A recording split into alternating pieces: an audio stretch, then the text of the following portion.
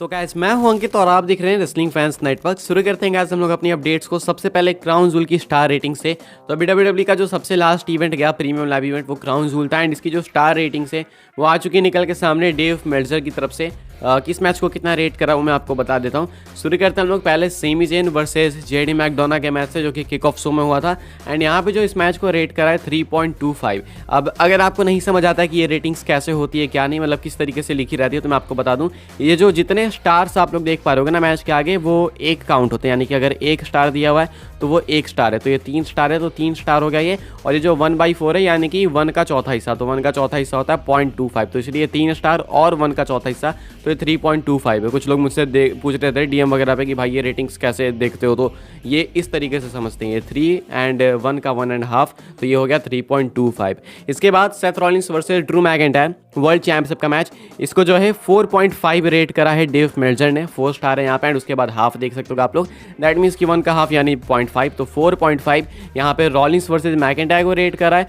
Women's के फेटल 5-वे match को जो है रेट करा गया है 3.25। बहुत सारे मैच को 3.25 इन्होंने रेट करा है, कुछ को 3.5 करा है। सोलो वर्सेस जॉन सीना को 3.5 करा है, सोलो सिका और जॉन सीना का मैच। इसके बाद Rey Mysterio versus Logan Paul जो कि एक्चुअली एक अच्छा मैच था, इस मैच को भी 3.5 पे ही रोक दिया इन्होंने।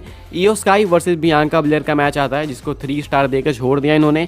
Cody Rhodes versus diamond priest जो कि सेमी मेन इवेंट था हमारा, वो आता है 3.5 पे and same goes with Roman Reigns and LA Knight, इनका भी मैच जो है वो 3.5 स्कोर करता है अकॉर्डिंग टू डेव मेल्जर। तो जो सबसे हाईएस्ट रेटेड मैच था क्राउन जूल का अकॉर्डिंग टू मेल्जर वो था Seth Rollins versus Drew McIntyre 4.5 की रेटिंग्स के साथ। अच्छा मैच था नो डाउट, लेकिन क्या आपके अकॉर्डिंग ये रेटिंग सही है या फिर गलत है कमेंट करके बताना। अपनी भी रेटिंग्स आप लोग चाहो ना तो कमेंट करके मुझे जरूर से बता सकते हो।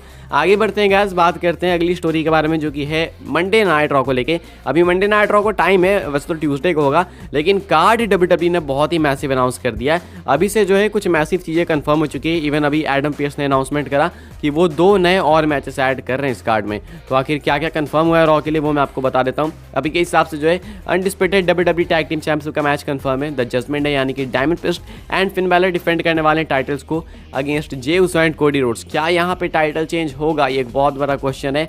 इसके बाद मिज और आइवार का मैच होगा, ये लास्ट रॉ से जो है प्रोसीडिंग्स आगे बढ़ेगी।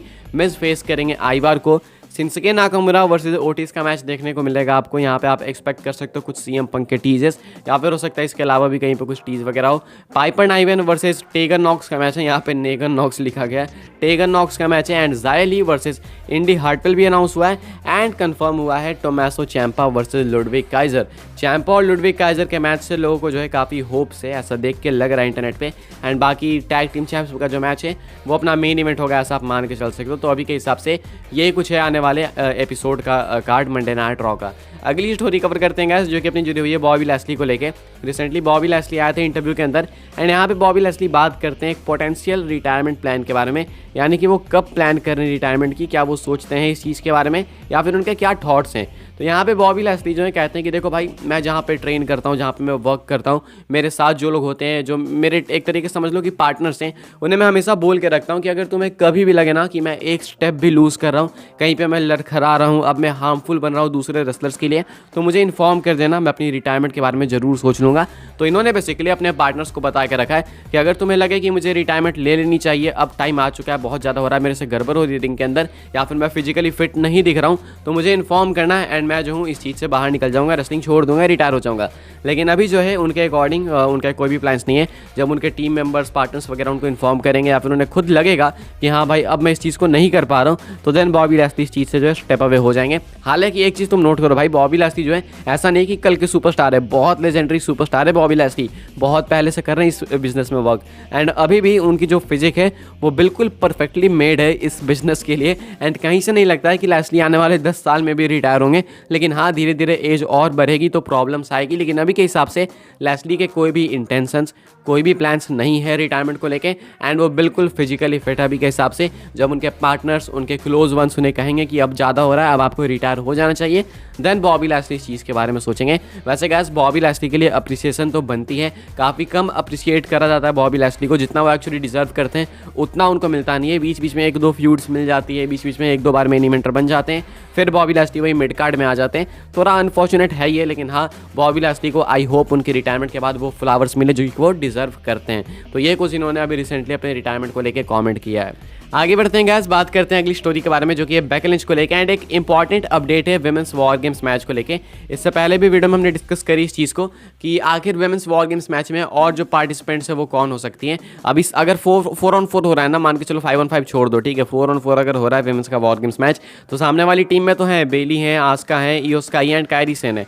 एक और जो अपनी सामने वाली टीम होगी वहाँ पे बियांका ब्लेयर होंगी, सालिट फ्लेयर होंगी, शॉर्जी ब्लैकहर्ट होंगी, एक और मिस्ट्री वेमेन चाहिए। तो मान के चलो 4-on-4 है, तो मिस्ट्री वेमेन कौन होगी?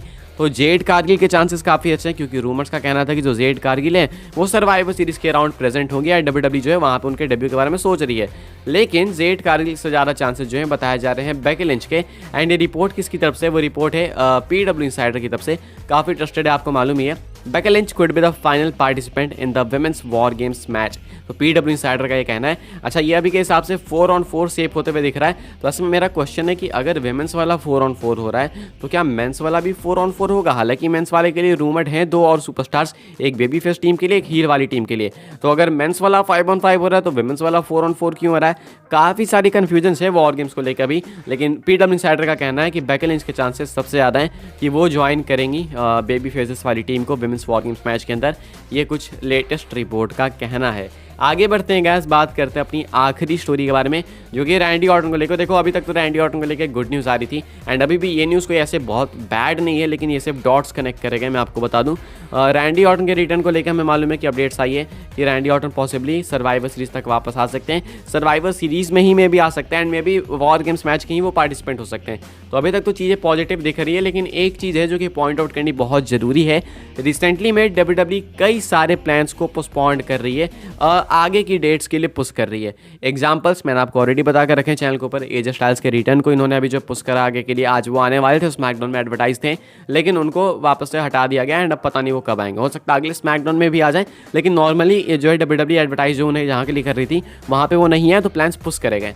कैरन क्रॉस के प्लान्स पुश करे जा रहे हैं। ये हो क्यों रहा है? ये करेंटली इसलिए हो रहा है क्योंकि WWE के पास इतनी सारी चीज़ें हैं करेंटली, इतने सारे न्यू फ्यूड्स, इतने सारे पुराने फ्यूड्स हैं कि WWE जो बहुत सारी चीज़ों को सेक कर रही है, एंड अपने और जो बचे हुए प्लान्स हैं जो कि वो ऑलरेडी आगे अनफोल्ड करना चाहते हैं उसे वो पुश कर रहे हैं। तो इनमें से एक रैंडी ऑर्टन का भी हो सकता है, क्योंकि ऑलरेडी कई सारी फ्यूड्स है WWE के अंदर, बहुत सारी बिजी चीज़ चल रही है।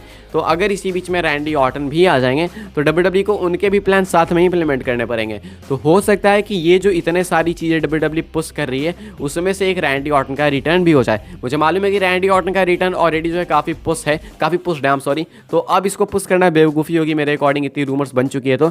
लेकिन स्टिल WWE काफ़ी सारे प्लान्स पुश कर रही है, बताया जा रहा और कर सकती है। तो मे भी इसके अंदर कुछ भी हो सकता है। तो मे भी एक छोटी सी प्रॉब्लम है, एज सच मेजर प्रॉब्लम नहीं है, छोटी सी प्रॉब्लम है, लेट्स सी क्या होता है। फिलहाल इस वीडियो के लिए यही कुछ अपडेट्स है गाइस। वीडियो को लाइक करें, शेयर करें, सब्सक्राइब करें, चैनल को फॉलो कर सकते हैं आप लोग। मुझे इंस्टाग्राम एंड ट्विटर पर लिंक आपको मिल जाएगा डिस्क्रिप्शन में, ज्वाइन कर सकते हैं व्हाट्सएप चैनल को, उसके भी लिंक है डिस्क्रिप्शन में। मिलते हैं अपने नेक्स्ट सॉफ्टवेयर काफ़ी इंटरेस्टिंग वीडियो में।